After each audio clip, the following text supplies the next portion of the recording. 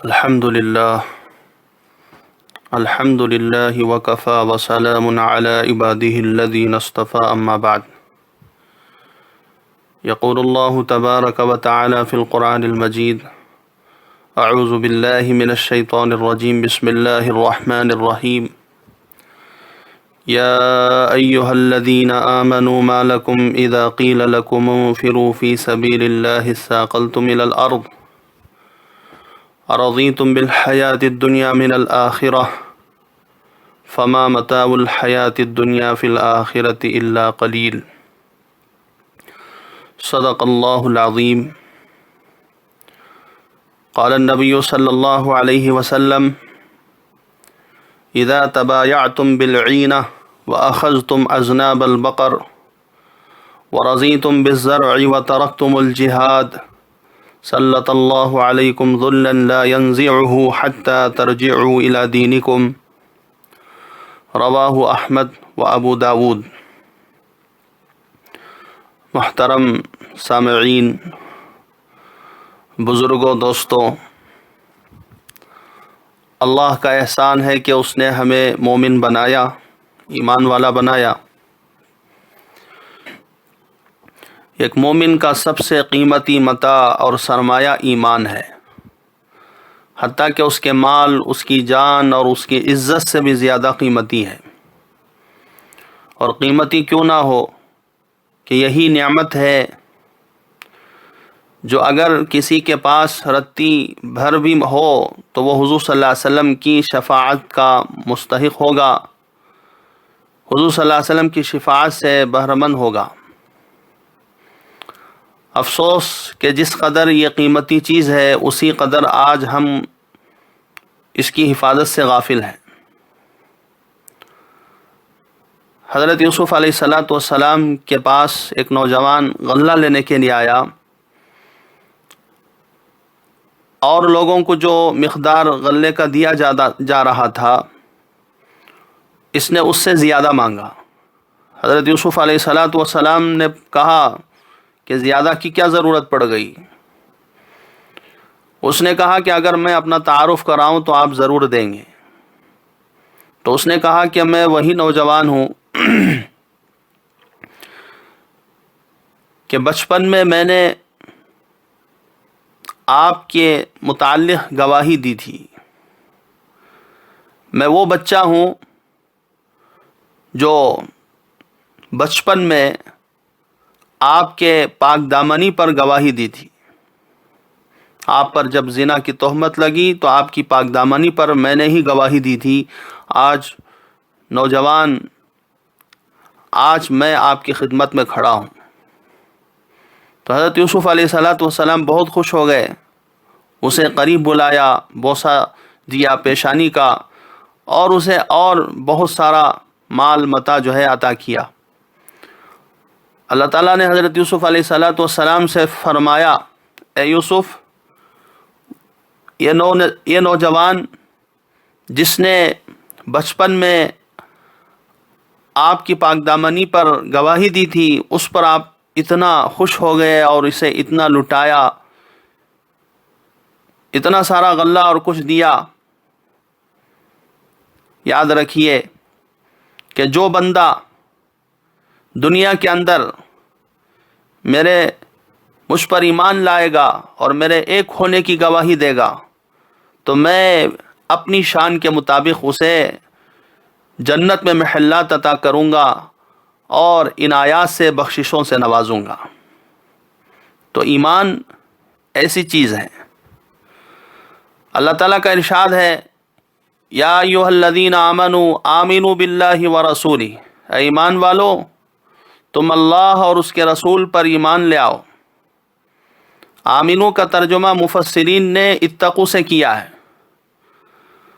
مطلب یہ ہے کہ زبان سے کلمہ پڑھنے والوں اب دل سے بھی کلمے کو، اللہ کی بندگی کو قبول کر لو. اور اس آیت میں خطاب ایمان والوں سے ہے. ایمان والوں کو اس آیت میں دعوت ایمان دی جا رہی ہے. ہر چیز کی ایک صورت ہوتی ہے اور ایک حقیقت ہوتی ہے. جیسا کہ آپ کو معلوم ہے آپ نے دیکھا ہوگا کہ میوزیم میں ایک شیر کی کھال میں کچھ بھر کر اسے وہاں رکھا ہوتا ہے، ہو بہو شیر کی شکل ہوتی ہے، دانت، آنکھیں، کان، منہ سب کچھ ہوتا ہے، لیکن آپ کو معلوم ہے کہ یہ صورت شیر ہے، شیر کی صورت ہے، اس کو دیکھ کر نہ تو کسی پر خوف طاری ہوتا ہے اور نہ ہی گھبراہٹ۔ لوگ شیر کی دم پکڑتے ہیں، اس شیر کی دم پکڑ لیتے ہیں، اس کے دانتوں کو ہاتھ لگاتے ہیں، اس پر بیٹھ بھی جاتے ہیں، یہ سارے کام ہوتے ہیں۔ کیوں؟ اس لیے کہ یہ حقیقی شیر نہیں، مصنوعی شیر ہے، اس کے اندر جان نہیں، صورت ہے شیر کی، شیر نہیں۔ اس کے برعکس اگر کوئی جنگل سے گزرے، اچانک شیر سامنے آ جائے تو کیا ہوگا؟ رونگٹے کھڑے ہو جائیں گے، پسینہ آ جائے گا۔ یہی حال ایمان کا ہے، اس کی ایک صورت ہوتی ہے اور ایک اس کی حقیقت۔ زبان سے اگر کسی نے کلمہ پڑھا تو یہ صرف صورت ایمان ہے، نہ نیکی کا مزہ ہوگا، نہ گناہ کی کڑواہٹ اسے محسوس ہوگی اگر صرف زبان سے کلمہ پڑھا ہے، نہ خدا کا ڈر ہوگا، نہ آخرت کی فکر۔ لیکن جب دل میں حقیقت ایمان راسخ ہو جائے، پیوست ہو جائے، تو پھر جیسے ہی اذان کی آواز آئی فوراً نماز کے لیے جسم بے چین ہو جائے گا، دل کی کیفیت بدل جائے گی۔ شاعر کہتا ہے، زبان سے کہہ بھی دیا لا الہ تو کیا حاصل، دل و نگاہ مسلمان نہیں تو کچھ بھی نہیں۔ سورۃ الحجرات میں اللہ تعالیٰ کا ارشاد ہے، قالت الاعراب آمنا قل لم تؤمنوا ولكن قولوا اسلمنا ولما يدخل الايمان في قلوبكم۔ اللہ فرماتے ہیں دیہاتی لوگ کہتے ہیں کہ ہم ایمان لے آئے، آپ کہہ دیجئے کہ در حقیقت تم ایمان نہیں لائے، لیکن تم یوں کہو کہ ہم اسلام لائے، حالانکہ ابھی تک تمہارے دلوں میں ایمان داخل ہی نہیں ہوا۔ بعض مفسرین کے نزدیک اعراب سے مراد یہاں پر بنو اسد اور خزیمہ کے منافقین ہیں، جنہوں نے قحط سالی میں بعض صدقات کی وصولیابی کے لیے یا قتل ہونے اور قیدی بننے کے اندیشے کے پیش نظر زبان سے اسلام کا اظہار کیا تھا۔ ان کے دل ایمان، اعتقاد صحیح اور خلوص سے اکثر خالی تھے۔ حضرت امام ابن کثیر رحمۃ اللہ علیہ فرماتے ہیں، اعراب سے مراد یہاں پر جو نئے مسلمان ہوئے تھے اور ایمان ابھی ان کے اندر پوری طرح راسخ نہیں ہوا تھا، لیکن دعویٰ انہوں نے ایمان والے ہونے کا کیا تھا، ان کے دل میں اب تک ایمان کی جڑیں مضبوط نہیں ہوئی تھی۔ تو ایمان ایک اہم چیز ہے، ایمان جس کو بڑھانے کی ضرورت ہے۔ اب بتائیے ایمان کس پر لائیں؟ ایمان اللہ پر، ملائکہ پر، آسمانی کتابوں پر، تمام انبیاء پر، قیامت کے دن پر، اچھی بری تقدیر پر، موت کے بعد زندہ ہونے پر۔ ہم کلمہ پڑھتے ہیں، آمنت باللہ وملائکتہ وکتبہ ورسلہ والیوم الآخر والقدر خیرہ وشرہ من اللہ تعالی الی آخرہ۔ ان تمام چیزوں پر ہمارا ایمان ہے،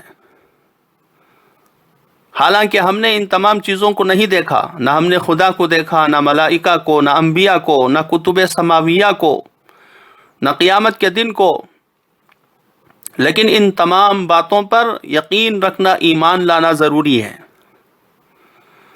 اللہ کو ہم نے نہیں دیکھا، لیکن ہم سب کا ایمان ہے کہ اللہ ہی سارے کائنات کو چلانے والا ہے۔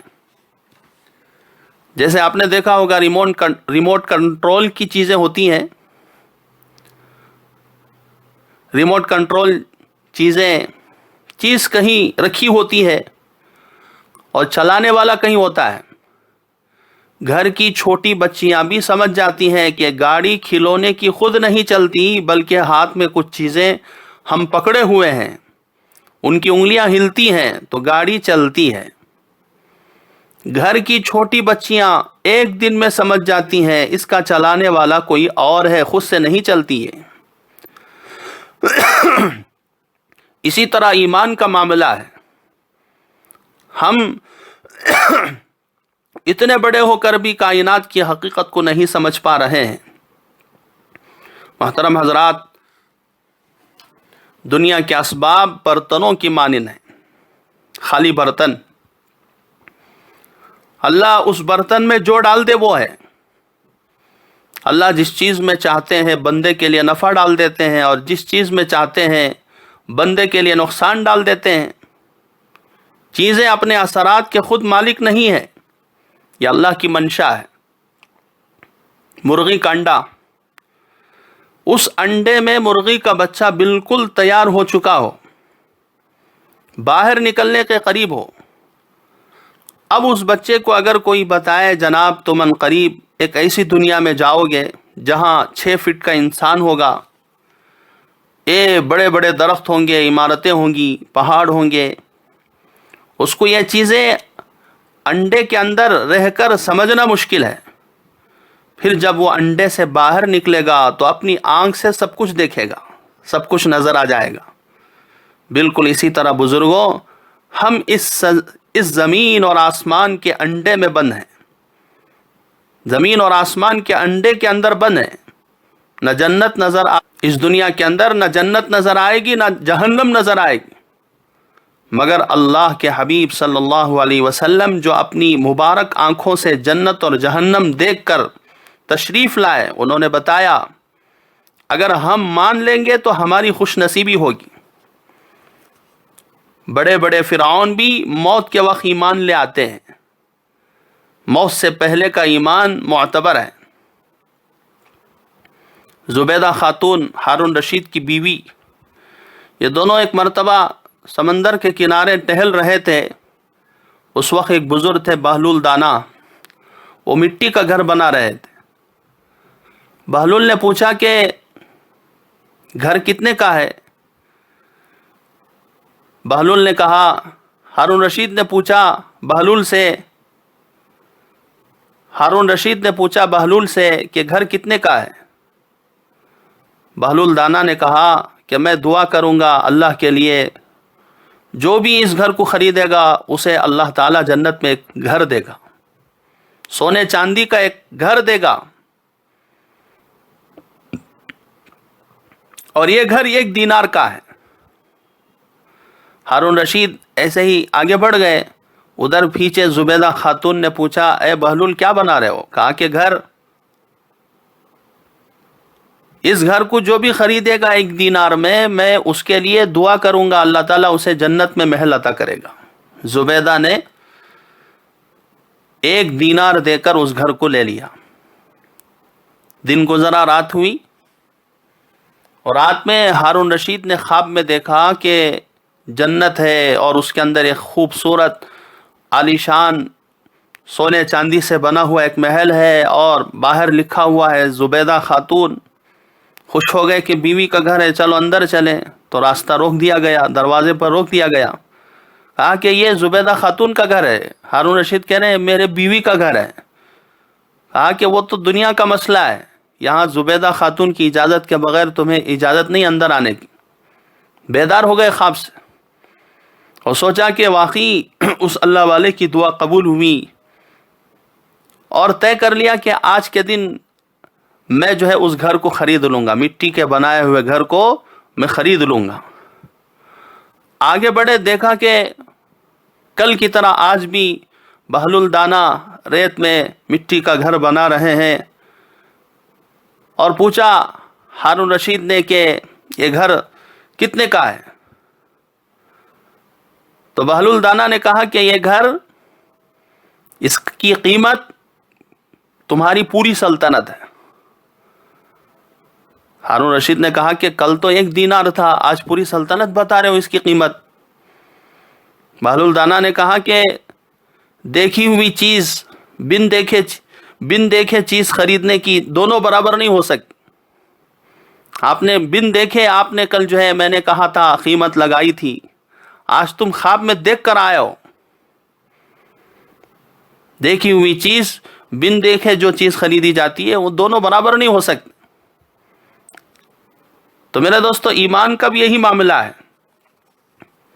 ہم نے یہاں پر اس دنیا کے اندر نہ جنت دیکھا ہے، نہ جنت کی نعمتیں دیکھی ہیں، جنت کے محلات دیکھے ہیں، کچھ بھی نہیں دیکھا، پھر بھی ہمارا ایمان ہے، اور ہمارے ایمان کی قدر ہے اللہ کے ہاں، ہمارے ایمان کا مرتبہ ہے اللہ کے ہاں۔ جیسے مچھلی پانی میں، مثال کے طور پر سمندر میں مچھلی، چھوٹی چھوٹی مچھلیاں، دیکھا کہ ایک گوشت کا ٹکڑا انہیں نظر آیا۔ اب اس گوشت کے ٹکڑے کے قریب وہ مچھلیاں گئیں تو بڑی بڑی مچھلیوں نے کہا کہ مت جاؤ، اس گوشت کے ٹکڑے کے اندر ایک گل اور ایک کانٹا لگا ہوا ہے، اگر تم جاؤ گے تو پھر پھنس جاؤ گے،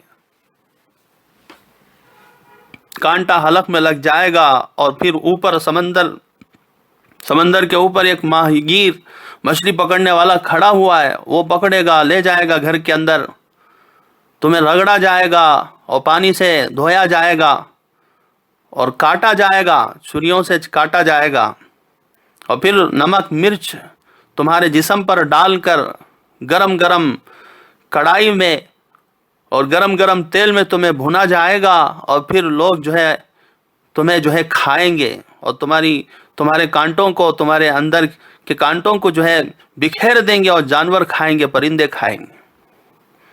لہذا دھوکہ نہیں کھانا۔ اب یہ مچھلیاں پورا سمندر پھرتی ہیں، اور پھر پورا تالاب پھرتی ہیں، اور آ کر کہتی ہیں ہمیں تو کچھ نظر نہیں آ رہا ہے، نہ ہمیں ماہ گیر نظر آ رہا ہے، مچھلی پکڑنے والا نظر آ رہا ہے، اور نہ وہ مرچ مسالہ نظر آ رہا ہے، نہ چھری نظر آ رہی ہے، نہ گرم تیل نظر آ رہا ہے، آپ تو غلط بتا رہے ہیں۔ تو ان مچھلیوں نے نہیں مانا، اور جا کر اس گوشت کے ٹکڑے کو جا کر کھانے کے لیے آگے بڑھے، تو فوراً حلق میں کانٹا لگا، اور پھر سارے مناظر ایک بعد دیگرے نظر آتے گئے۔ ان مچھلیوں کو لے جایا گیا اور اسے کاٹا گیا، اور پھر اسے گرم گرم تیل میں ڈال کر تلا گیا۔ یہ سارے مناظر ان مچھلیوں کو ایک بعد دیگرے ساری چیزیں معلوم ہو گئی۔ تو اسی طرح بزرگوں، دوستو، یہی حال انسان کا ہے۔ حضور صلی اللہ علیہ وسلم نے فرمایا، لوگوں، اللہ رب العزت نے ہمیں کچھ وقت کے لیے دنیا میں بھیجا ہے، یہ دارالامتحان ہے، جو مان لے گا وہ خوش نصیب انسان ہے، جو نہیں مانے گا اس پر جیسے ہی موت کا وقت آئے گا اس وقت اس کی آنکھیں کھل جائیں گی۔ حضرت موسیٰ علیہ السلام کی مثال، حضرت موسیٰ علیہ السلام کی ایک لاٹھی تھی، عصائے موسیٰ سے مشہور ہے۔ اللہ تعالیٰ نے فرمایا، وَمَا تِلْكَ بِيَمِينِكَ يَا مُوسَىٰ، اے موسیٰ تمہارے دائیں ہاتھ میں کیا ہے؟ حضرت موسیٰ علیہ السلام نے اس کی نفع کی چیزیں بتانے لگے۔ قَالَ هِيَ عَصَايَ أَتَوَكَّأُ عَلَيْهَا وَأَهُشُّ بِهَا عَلَىٰ غَنَمِي وَلِيَ فِيهَا مَآرِبُ أُخْرَىٰ، کہ یہ میری لاٹھی ہے، یہ میرا عصا ہے، اس سے میں بکریوں کو پتے جھاڑتا ہوں درخت سے، اور پھر ٹیک لگاتا ہوں، بہت سارے اس کے اندر کام ہیں۔ اللہ تعالیٰ نے فرمایا، سَنُعِيدُهَا سِيرَتَهَا الْأُولَىٰ، اللہ نے فرمایا حضرت موسیٰ علیہ السلام سے کہ تم اس عصے کو نیچے ڈال دو۔ ڈال دیا گیا تو وہ اژدھا بن گیا۔ اب اللہ نے فرمایا کہ اسے پکڑو، تو جب پکڑنے کے لیے آگے بڑھے تو ڈر تھا، خوف تھا۔ اللہ نے اس موقع پر فرمایا، سَنُعِيدُهَا سِيرَتَهَا الْأُولَىٰ، گھبرانا نہیں، ڈرنا نہیں، اسے پکڑو، یہ اژدھا نظر آ رہا ہے، پھر اسے ہم لاٹھی میں تبدیل کر دیں گے۔ ابھی نفع کی چیزیں گنوا رہے تھے، اللہ نے اس نفع کی چیز کو نقصان کی چیز میں بدل دیا، اس لاٹھی کو سانپ میں بدل دیا، اژدہے میں بدل دیا۔ یہاں اللہ تعالیٰ کو کرتب دکھانا مقصد نہیں ہے، قرآن مجید کی آیتیں ہیں، اس واقعے میں کرتب دکھانا مقصد نہیں ہے، بلکہ ایک سبق دینا مقصد تھا۔ سبق یہ سکھانا ہے کہ چیزوں میں نفع یا نقصان اس کا ذاتی نہیں، ہم چاہتے ہیں تو چیزوں میں نفع ڈال دیتے ہیں، اور ہم چاہتے ہیں تو چیزوں میں نقصان ڈال دیتے ہیں۔ عزت کے نقشوں سے ذلت دیتے ہیں، اور ذلت کے نقشوں سے عزت نکال دیتے ہیں، اس کو ایمان کہتے ہیں۔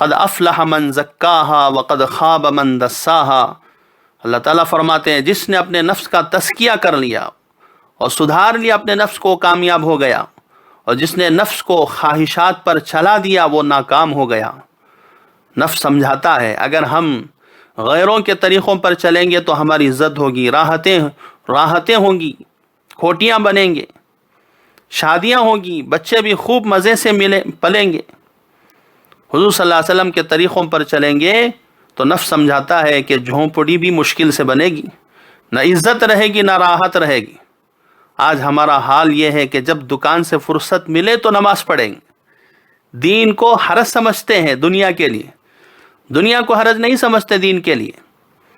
جو باطل کافر کے اندر تھا وہ باطل ہمارے اندر آ گیا، جھوٹ کا باطل، خیانت کا باطل۔ تو میرے دوستو، اللہ کے راہ میں نکل کر ہم اپنے ایمان کو بنائیں، ہم ہدایت لیں، ہدایت پہلے ضروری ہے، کھانا پینا بعد میں، ہدایت پہلے ضروری ہے۔ ہم نماز میں بھیک مانگتے ہیں اہدنا الصراط المستقیم، کیونکہ اگر بغیر ہدایت کے دنیا کے کام کریں گے تو کافروں، ظالموں، شیطان کے طریقوں پر کریں گے۔ جب ہدایت لے کر کریں گے تو انبیاء کے طریقے پر کریں گے، حضور صلی اللہ علیہ وسلم اور صحابہ کے طریقے پر کریں گے، اور جب ہدایت آئے گی تو دل کا رخ دنیا سے آخرت کی طرف بدل جائے گا۔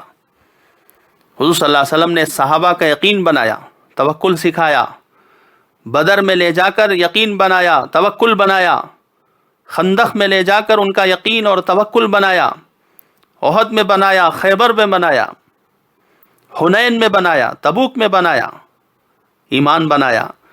یہ ساری تربیت تھی صحابہ کی، ان کا امتحان اور یقین بنانے کی، ان کے دلوں کو دنیا سے نکال دیا، آخرت سے لگا دیا، مخلوق سے ہٹا دیا، اپنے سے لگا دیا۔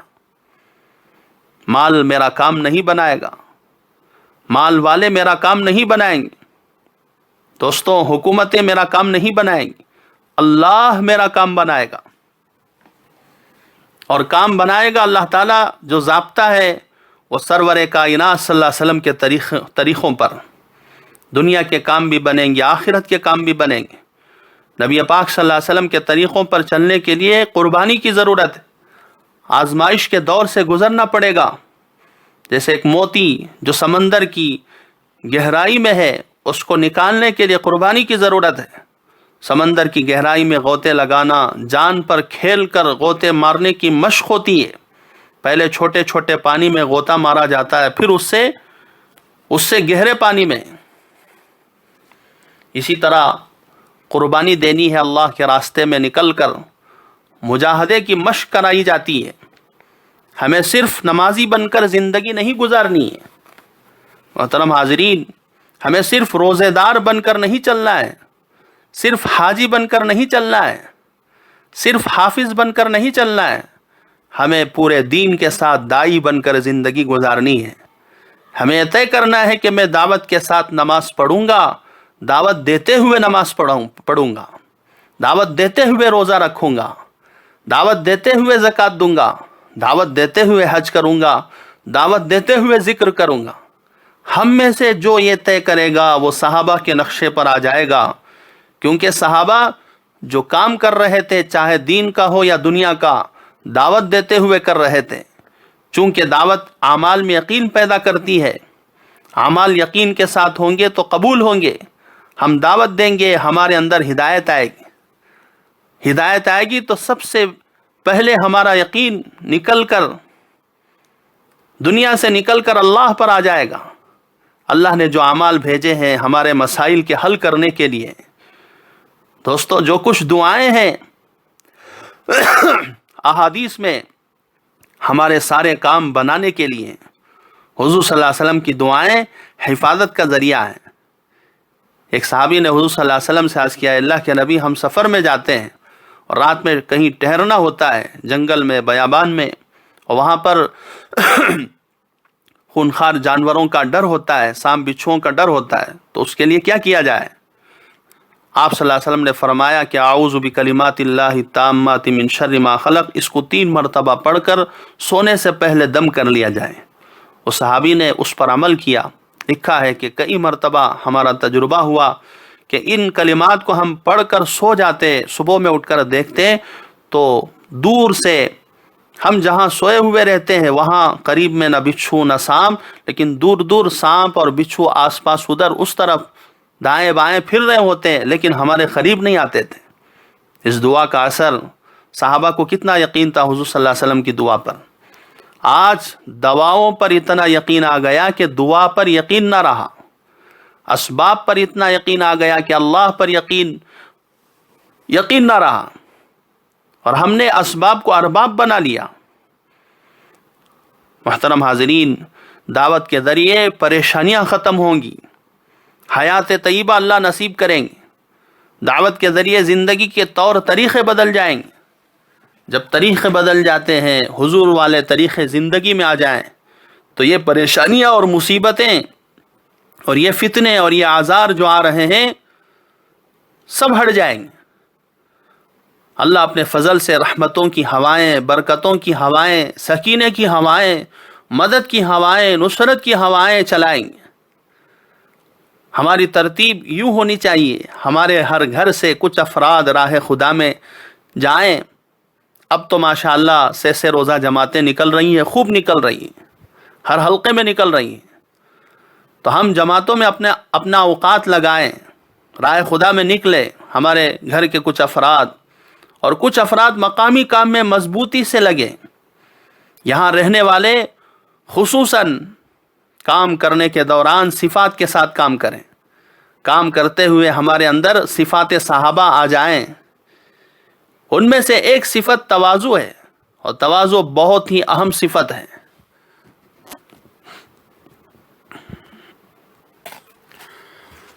تواضع اختیار کرنا اپنے کلام میں، اٹھنے بیٹھنے میں، کھانے پینے میں، معاملات میں، معاشرت میں، ہر چیز میں تواضع ظاہر ہو رہی ہو۔ ہماری تقریر میں، ہمارے بیان میں تواضع زیادہ ضروری ہے۔ اپنے کو بڑا اور دوسروں کو چھوٹا سمجھ کر بات نہ کہے، بلکہ اپنے کو چھوٹا بنا کر بات کہے۔ البتہ چونکہ بات بڑے کی ہے، یعنی اللہ تعالیٰ اور رسول اللہ کی کہہ رہے ہیں ہم، اس لیے بات قوت سے اور عظمت سے کہے، بات میں ہلکا پن نہ ہو، بلکہ بڑے کی بات بڑی بنا کر کہے۔ اس کی مشق کرنا مشکل ہے لیکن ناممکن نہیں۔ بات کہنے میں ملامت کا پہلو نہ ہو، کسی پر اعتراض یا تنقید ہمارے بیان سے لازم نہ آ رہی ہو۔ اس تواضع میں سے یہ بھی ہے کہ اگر کوئی دوسرا ہمارے اوپر اعتراض کرے تو تحمل اور بردباری سے برداشت کرے، ناراضگی ظاہر نہ کرے۔ یہ انبیاء علیہم السلام کے سردار سید الکونین صلی اللہ علیہ وسلم کی سنت ہے۔ اس میں بڑی ترقی دعوت کا کام کرنے والے کے لیے، اور اگر ہم میں سے کسی اصول یا نمبر کی کمی بتلائے، کوئی علم یا ذکر اللہ یا عبادت یا اخلاق یا اخلاص یا قربانی کے جذبے میں کمی بتلائے، تو اس کا اقرار ضروری ہے کہ بے شک ہم میں یہ چیز پوری نہیں، ہم مقصر ہیں، اور اس ناصح کا، نصیحت کرنے والے کا، کہ ہم شکر گزار ہو، ممنون و مشکور ہو کہ اس نے توجہ دلائی، اور حق تعالیٰ سے دعا مانگے کہ اللہ تعالیٰ ان صفات میں زیادتی کرے۔ حضرت عمر رضی اللہ تعالیٰ عنہ فرماتے ہیں کہ میرا دوست وہ ہے جو میری غلطی پر مجھ کو متنبہ کرتا رہے، اس میں نفس سنورتا ہے، حق کے قبول کرنے کی مخالف سے بھی توفیق پیدا ہوتی ہے۔ آج مخالف سے حق بات سننا بھی دشوار ہو گیا، ماننا تو ناممکن سا ہونے لگا۔ محترم حاضرین، دوسرا اصول یہ ہے کہ دوسروں کو اچھی نظر سے دیکھیں ہم، یہ صفت ہمارے اندر ہونی چاہیے، دوسروں کو اچھی نظر سے دیکھنا، کلمے کی نسبت کا لحاظ مسلمانوں میں رکھنا، تاکہ اس کلمے کی عظمت دل میں بڑھتی رہے اور یہ اسلام پر چلنا آسان ہوتا رہے۔ اگر مسلمانوں کی تحقیر دل میں آ جائے تو کلمہ توحید کی عظمت کم ہوتی چلی جائے گی۔ لیکن اس کا مطلب یہ نہیں کہ گناہ کو جو مسلم کرتا ہے، جو کوئی ہمارا دوست کرتا ہے، اسے ہم اچھا سمجھنے لگے، بلکہ اس گناہ سے پوری نفرت کرے۔ یہ دعوت کا کمال ہوگا کہ دونوں کو اپنے اپنے محل پر اتارے ہم. اسی کو سیکھنا ہے. اپنے ساتھیوں کا اکرام دوسروں سے زیادہ کریں. اس سے اخلاق میں حقیقت آئے گی. ساتھی کی غلطی پر ٹوکنا بڑی حکمت چاہتا ہے. جب تک وہ طریقہ اور حکمت نہ آ جائے اس وقت تک نہ ٹوکے، بلکہ دعا اور عمومی مذاکروں پر اکتفا کرتے رہیں. اگر اپنے اندر خرابیاں آتی ہیں، وہ اکثر اپنے ساتھیوں کے ساتھ اکرام نہ کرنے کی وجہ سے آتی ہیں. اور دعوت کے کام کرنے والے ہمیشہ امتحان اور ابتلا میں رہتے ہیں. کبھی اپنوں سے اذیت پہنچتی ہے، کبھی غیروں سے. اس سے اس کی ترقی ہے اور اصلاح بھی. حدیث پاک میں آتا ہے مومن کے لیے ہر دو حال بہتر ہے. اگر خوشی کی حالت آتی ہے، سرا کی حالت، خوشی کی حالت، تو شکر کرتا ہے. اور اگر ذرہ کی حالت آتی ہے تو صبر کرتا ہے. اس لیے گھبرانا نہیں چاہیے. ہر حال میں اپنی دعوت میں لگا رہے. البتہ اپنے رب کے غصے اور ناراضگی سے ڈرتا رہے. اپنی لغزشوں پر ہم توبہ اور استغفار کریں اور محروم ہو جانے کا خوف لگا رہے تو انشاءاللہ ہم کامیاب ہوں گے. اور اسی طرح اس کام کے کرنے کے مواقع پہچاننا بھی ضروری ہے. کس موقع پر کس طرح کیا جائے. اللہ نے جب حضور صلی اللہ علیہ وسلم کو نبوت کا تاج عطا فرمایا تو شروع کے 3 سال آپ نے پورے اخفا کے ساتھ دعوت کا کام انجام دیا، چھپ کر. اس کے بعد آیت اظہار فصدع بما تؤمر نازل ہوئی، یہ آیت نازل ہوئی. اس کے بعد آپ نے قریش مکہ کو صفا پہاڑ پر جمع فرما کر دعوت دی. لیکن جو اسلام میں آ گئے ان کو یہی سکھلایا کہ وہ اخفا کے ساتھ دعوت دیں اور اپنے متعارفین کو دعوت دیں. چنانچہ حضرت ابوبکر رضی اللہ تعالیٰ عنہ اکیلے گئے اور اپنے دوستوں کو جا کر دعوت دی. یہ انفرادی دعوت تھی. اس سے یہ بھی اصول نکلتے ہیں، دعوت میں موقع شناسی بہت ضروری ہے، ایسے ہی مردم شناسی. حضور صلی اللہ علیہ وسلم نے جب حضرت علی رضی اللہ تعالیٰ عنہ کو، جن کی عمر 9-10 سال کی تھی، دعوت دی، انہوں نے عرض کیا کہ میں اپنے والد سے مشورہ کر لوں. تو آپ صلی اللہ علیہ وسلم نے اخفا کا حکم دیا کہ آپ دعوت نہ دیں، والد کو خبر نہ ہو جائے. اسلام لاؤ یا نہ لاؤ، لیکن والد کو خبر نہیں ہونا چاہیے. آپ صلی اللہ علیہ وسلم نے فرمایا. اس سے بھی بہت بڑا اصول مستنبط ہوتا ہے اور مردم شناسی کا سبق ملتا ہے. بزرگوں، دوستوں، اس سے پتہ چلے گا کہ پہلے دعوت کس کو دی جاتی ہے. حضرت علی والے اس واقعے سے ہمیں پتہ چلتا ہے کہ دعوت پہلے کس کو دی جانی چاہیے. یعنی جو اپنے قریب ہو اور اس کے اسلام قبول کرنے کی زیادہ امید ہو، پہلے اسے دعوت دینی چاہیے. پوری سیرت نبوی، سیرت صحابہ ہمارے سامنے ہونی چاہیے، ورنہ ہم ایسی غلطی کر جائیں گے جس کا نبھانا دشوار ہو جاتا ہے، اور ایسی مشکلیں پیش آ جاتی ہیں جس کا تحمل دشوار ہوتا ہے. بزرگوں، دوستوں، یہ حکمت کا راستہ ہے، ورنہ اللہ تعالیٰ اپنے نبی کریم صلی اللہ علیہ وسلم کے ساتھ تھے. اور جو جملہ حضور صلی اللہ علیہ وسلم نے ابو بکر صدیق رضی اللہ تعالیٰ عنہ کو اطمینان، تسلی دینے کے لیے غار ثور میں فرمایا، لا تحزن ان اللہ معنا، یہ جملہ حضرت ابو ذر غفاری رضی اللہ تعالیٰ عنہ کو اور حضرت عامر بن عبسہ رضی اللہ تعالیٰ عنہ کو کیوں نہیں فرمایا؟ حالانکہ اللہ تعالیٰ اس وقت بھی اپنے نبی کریم صلی اللہ علیہ وسلم کے ساتھ تھے، اس وقت بھی تھے. ایسے موقع سے بہت سے اصول استنباط ہوتے ہیں. موقع کا پہچاننا بہت ضروری ہے. نیز دعوت میں پہلے اپنی تربیت ہے، اس کے بعد نصرت کا دروازہ کھلتا ہے، اس کے بعد اظہار قدرت ہوگی. تربیت کا زمانہ مجاہدوں، مشقتوں کے برداشت کرنے کا ہے، اور یہی خاص دعوت کا زمانہ ہے. بس یہ تمام صفات پر عمل کرنے کے لیے محنت کی ضرورت ہے. ہم صفات والے بنے، محنت کرنے والے بنے، قربانی دینے والے بنے. اللہ سے دعا فرمائے اللہ تعالیٰ دعوت کے کام کو پھر دوبارہ پورے شان و شوکت کے ساتھ پھر دوبارہ اللہ تعالیٰ ترقی دے اور تمام دعوت کے کام کی اور ساتھیوں کی سب کی حفاظت فرمائے. اللہ تعالیٰ ہمیں عمل کرنے کی توفیق عطا فرمائے. وآخر دعوانا ان الحمد للہ رب العالمین.